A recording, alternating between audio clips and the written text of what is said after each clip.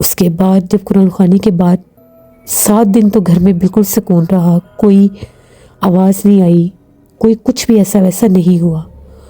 اس کے بعد ہم لوگوں کو ایک عامل کا پتہ چلا، وہ جادو کے عملیات بھی کرتا تھا، ہمارے گاؤں سے دور ہی رہتا تھا، اس کو ہم لوگ لے کر آئے۔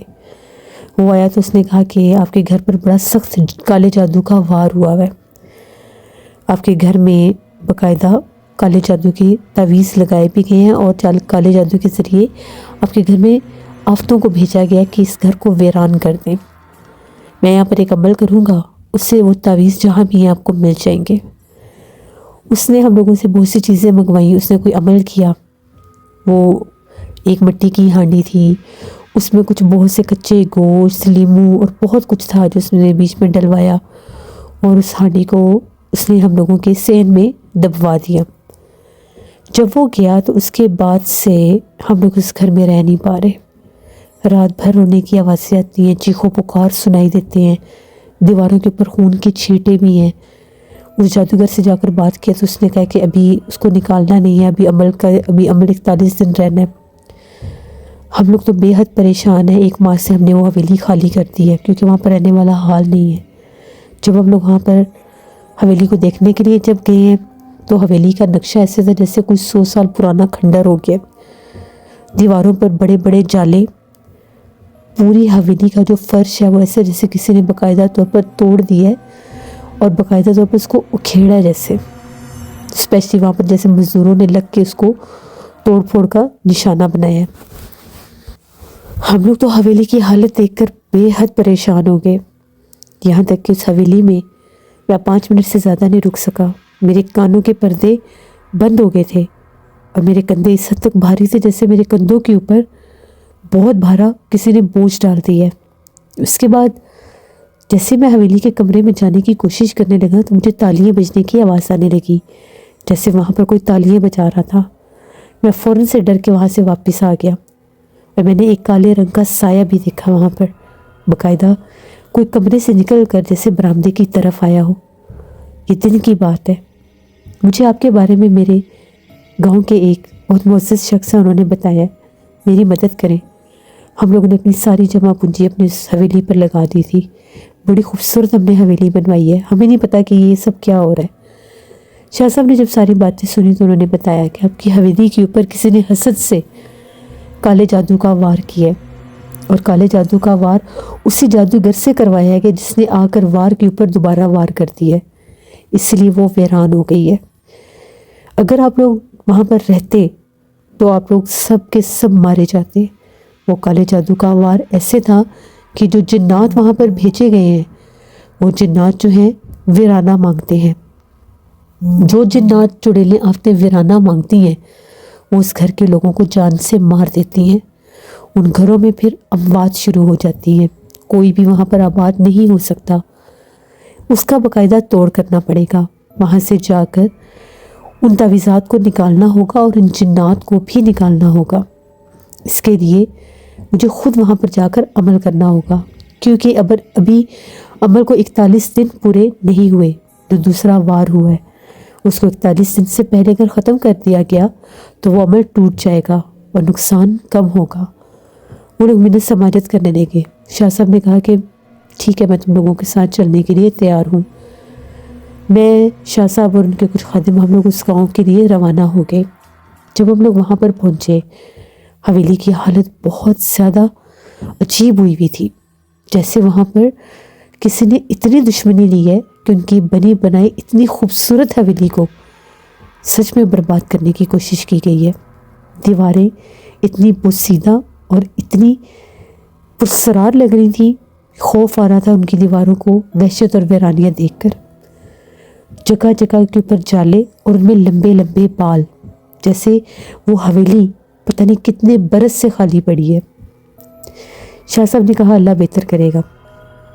جس جگہ پر وہ گڑھا کھودا گیا تھا اس میں سے باقاعدہ وہ مٹی بھی نکالی گئی تھی، اور وہ حصہ بھی ایسا ہی تھا جس طرح سے کوئی قبر بنائی جاتی ہے۔ شاہ صاحب نے کہا اس گڑھے میں سوکھی لکڑیاں ڈال کر اس گڑھے کو بھر دو۔ جیسے سوکھی لکڑیاں ڈال کے اس گڑھے کو بھرتے گئے، حویلی کے جیسے کھڑکیاں دروازے خود بخود بجنے لگ گئے۔ اس پر شاہ صاحب نے پڑھائی کر کے ایک تعویذ ان لکڑیوں کے اوپر پھینک دیا۔ جب تعویذ پھینکا تو وہ جو ہلچل سی تھی وہ تھم گئی۔ شاہ صاحب نے ادھر ہی حصار باندھا ایک جگہ پر اور بیٹھ گئے، اور ہم لوگوں کو بھی حصار میں بٹھا دیا۔ وہ لوگ جن کی وہ حویلی تھی جو شاہ صاحب کے پاس آئے تھے وہ ساتھی تھے، ان کو ایک الگ حصار میں بٹھا دیا گیا۔ شاہ صاحب نے پڑھائی کرنا شروع کر دی۔ جیسے جیسے شاہ صاحب نے پڑھائی کرنا شروع کی، بلیوں کے بولنے کی آواز آنے لگ گئی، جیسے بے تحاشا بلیاں بول رہی ہیں۔ دیکھتے دیکھتے اس حویلی کا جو برآمدہ تھا اس میں کالے رنگ کی 10-12 بلیاں جمع ہو گئیں جو جنات تھے اور اسے بلی کے روپ میں تھے۔ وہ ساری کالی بلیاں آ کے صحن میں اور برآمدے میں رونے لگ گئیں اور آس پاس چکر کاٹنے لگ گئیں۔ اس کے بعد وہ ساری بلیاں جو تھیں وہ ایک دائرے کی شکل میں اسی گڑھے کے پاس جا کر بیٹھ گئیں۔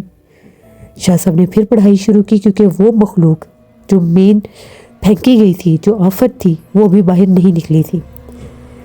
وہ بلیاں ویسے ہی وہاں پر بیٹھ کر کوئی بول رہی ہے، کوئی رو رہی ہے، عجیب و غریب آوازیں، حرانے کی آوازیں، بڑا خوفناک منظر تھا۔ تھوڑی ہی دیر کے بعد شاہ صاحب نے پھر پڑھائی شروع کر دی۔ تو جس طرح سے سیڑھیوں میں سے کسی نے کوئی چیز نیچے پھینکی، جیسے کوئی پتھر سا ہوتا ہے، سیڑھیوں سے کوئی نیچے پھینکتا ہے بار بار، 3-4 پتھر سیڑھیوں سے نیچے آئے اور اس کے بعد پائلوں کی آواز آنے لگی۔ تبھی ایک دم سے ایک نوجوان لڑکی بڑی خوبصورت روپ میں آ کر جیسے سامنے برآمدے والے ایک کمرے میں کھڑی ہو گئی اور اس نے آ کر رونا شروع کر دیا۔ یہ وہی چڑیل آفت تھی جو اس گھر پر پھینکی گئی تھی تاکہ یہ پورا گھر ویران ہو جائے اور یہ مخلوق چن چن کے اس گھر کے لوگوں کو جان سے مار دے۔ شاہ صاحب نے اس کی طرف بالکل بھی توجہ نہیں دی اور پھر پڑھائی کرنے لگ گئے۔ تھوڑی ہی دیر کے بعد باقاعدہ طور پر اس مخلوق نے مخاطب ہو کر کہا کہ یہاں سے چلے جاؤ، ورنہ جتنے سخت عمل میں مجھے بھیجا گیا ہے میں تم سب کو بھی مار دوں گی۔ انسانی آواز میں، انسانی روپ میں وہ بول رہی تھی۔ شاہ صاحب نے اپنی پڑھائی جاری رکھی اور اس کو کوئی جواب نہیں دیا۔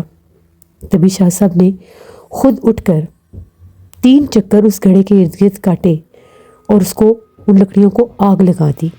جیسے ہی شاہ صاحب نے لکڑیوں کو آگ لگائی، وہ ساری بلیاں جو تھیں باری باری اس آگ میں کودنے لگیں، چیخو پکار شروع ہو گئی، وہ ساری بلیاں جل کر اسی آگ میں، اسی گھڑے میں بھسم ہو گئی، مر گئیں، تو وہ جنات تھے اور شاہ صاحب نے ان کو جلا دیا تھا۔ اب وہ جو مخلوق تھی اس نے بین کرنا شروع کر دیا، رونا شروع کر دیا، اور وہ بار بار یہی کہہ رہی تھی کہ میں یہاں سے چلی جاؤں گی، مجھے جس جادو کے ذریعے بھیجا گیا ہے میں واپس چلی جاؤں گی، میں وہ جادو واپس لوٹا دوں گی، کیونکہ اس کو پتہ تھا کہ شاہ صاحب سید ذات ہیں، بھاری گدی والے ہیں، اللہ کے حکم سے بطفعل محمد صلی اللہ علیہ وآلہ وسلم یہ میرا بھی یہی حال کریں گے جو یہاں پر ان باقی جنات کا ہوا ہے، کیونکہ وہ جنات بھی اس کے جادو کے ہی چیلے تھے جو پورے گھر میں یہ حشر کر رہے تھے، جنہوں نے پورے گھر کو تہس نہس کر کے رکھ دیا تھا۔ شاہ صاحب اٹھے اور شاہ صاحب نے جا کر اس کمرے کا دروازہ بند کر دیا جس کمرے میں وہ مخلوق موجود تھی، اور اس کے باہر ایک تالا لگا دیا۔ تالا لگا کر شاہ صاحب نے اس تالے کے اوپر بھی دھاگا باندھ دیا اور کہا کہ 41 دن تک اس کمرے کو نہیں کھولنا، 41 دن کے بعد میں خود آؤں گا اور اس مخلوق کو یا تو کسی جگہ پر قید کر دوں گا یا اس کو جلا دیا جائے گا، ابھی اس کمرے سے باہر نہیں نکل سکتی، آپ لوگوں نے ابھی پورے 41 دن اس حویلی میں نہیں آنا، یہ جیسے جو کچھ ہے اس کو یہیں پر چھوڑ دو، 41 دن کے بعد جب میں آؤں گا تو پھر اس کے بعد آپ لوگوں نے اس حویلی میں آنا ہے۔ وہاں پر شاہ صاحب نے پوری حویلی میں حصار باندھا اور ہم لوگ واپس آ گئے۔ 41 دن کے بعد وہ لوگ دوبارہ آئے اور آ کر شاہ صاحب سے کہنے لگے کہ آج 41 دن پورے ہو گئے ہیں۔ پھر ہم لوگ دوبارہ ان کے گاؤں کی طرف روانہ ہوئے۔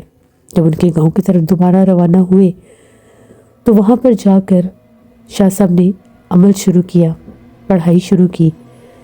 اس کمرے سے آج بھی رونے کی آوازیں آ رہی تھیں۔ وہ آدمی بتاتا ہے کہ گاؤں کے لوگوں نے کہا ہے کہ آپ کی حویلی کے پاس سے دن کے ٹائم بھی کوئی گزر نہیں سکتا، یہاں سے کسی کے چیخو پکار اور رونے کی آوازیں آتی ہیں، جس طرح سے کوئی عورت ہے وہ مدد کے لیے پکارتی ہے۔ وہ وہی چڑیل آفت تھی جو وہاں پر قید تھی، جو جادوگر تھا وہ وہاں سے بھاگ گیا تھا۔ جب شاہ صاحب نے 41 دن پہلے والا عمل کیا تھا تو وہ جو مٹی کی ہانڈی جس میں تعویذ لگا کر وہ اس گھر میں سحر میں دبا کر گیا تھا، وہ اسی دن نکال کر شاہ صاحب نے زائل کروا دیے تھے۔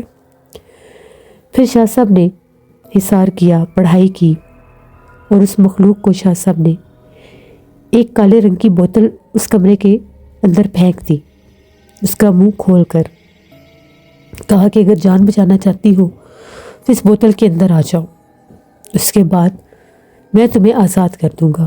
اسے پتا تھا کہ جل کر مرنے سے بہتر ہے اس بوتل کے اندر قید ہو جاتی ہوں۔ جب شاہ صاحب نے پڑھائی پوری کی، کمرے میں داخل ہوئے، اس بوتل کا جب ڈھکن بند کیا تو اس بوتل کے اندر ایک باریک سا بال تھا، اور اس کے ساتھ ایک چھوٹا سا سفید کلر کا جس طرح سے کوئی موتی ہوتا ہے، وہ مخلوق جو تھی اس موتی کی شکل میں اور اس بال کی شکل میں اس بوتل میں قید ہو گئی۔ شاہ صاحب نے کہا کہ اس کو کسی پرانے کنویں میں پھینکنا ہے جہاں پر کوئی بھی اس کو باہر نہ نکال سکے۔ پھر شاہ صاحب نے ان کے پورے گھر پر حصار کیا، پڑھائی کی، اور کہا کہ آپ کا گھر اب بالکل ٹھیک ہے، اس کی مرمت وغیرہ کروائیں۔ اور ایک اور چیز، چھت پر جا کر شاہ صاحب نے ان کی چھت کے اوپر ان لوگوں نے گھر میں روٹیاں بنانے کے لیے ایک تندور بنایا تھا، جس کی گہرائی میں وہ پہلی ہانڈی لگائی گئی تھی جو ان کے گھر پر وار ہوا تھا۔ جب شاہ صاحب نے وہاں پر جا کر اس تندوری کی جگہ پر کھدائی کروائی تو ایک کالے رنگ کی ہانڈی نکلی جس کے اندر پہلے تعویذات تھے، جس میں ہڈیاں، پتلے اور بہت کچھ تھا۔ اس کو بھی شاہ صاحب نے اس زائل کروا دیا بہتے پانی میں، اور وہاں پر ایک بہت قدیم پرانا کنواں تھا جس میں اس کالے رنگ کی بوتل کو پھینک دیا گیا، اور شاہ صاحب نے اس کے ارد گرد، اس کنویں کے ارد گرد 41 کیل گاڑ دیے تاکہ یہ مخلوق کبھی بھی باہر نہ نکل سکے۔ اس طرح سے شاہ صاحب نے ان لوگوں کو بچایا اس جادو کے وار سے، ورنہ وہ پورا گھر ختم ہو جاتا اور وہ حویلی ہمیشہ کے لیے ویران ہو جاتی۔ شاہ صاحب نے ان کے دشمنوں کی بھی نشاندہی کر دی تھی جو ان کے اپنے گاؤں کے ہی ان کے رشتہ دار تھے، جن سے یہ برداشت نہیں ہوا کہ انہوں نے نیا گھر کیوں بنایا۔ ایسے بہت سے حاسد لوگ ہوتے ہیں جو منہ پر تو ہمارے اپنے بنے ہوتے ہیں، لیکن ان کے اندر کیا چل رہا ہوتا ہے ہم لوگ نہیں جانتے۔ ہم لوگ سے دعا کر سکتے ہیں کہ اللہ ایسے حاسدین سے ہمیں ہمیشہ محفوظ رکھے۔ یہ تھی نانا جی کی ایک کہانی، امید کرتی ہوں آپ لوگوں کو پسند آئی ہوگی۔ انشاءاللہ کل پھر ملاقات ہوگی نانا جی کی کسی نئی خوفناک کہانی میں۔ جہاں رہیں خوش رہیں۔ Thank you for listening my stories. Stay tune. اللہ حافظ۔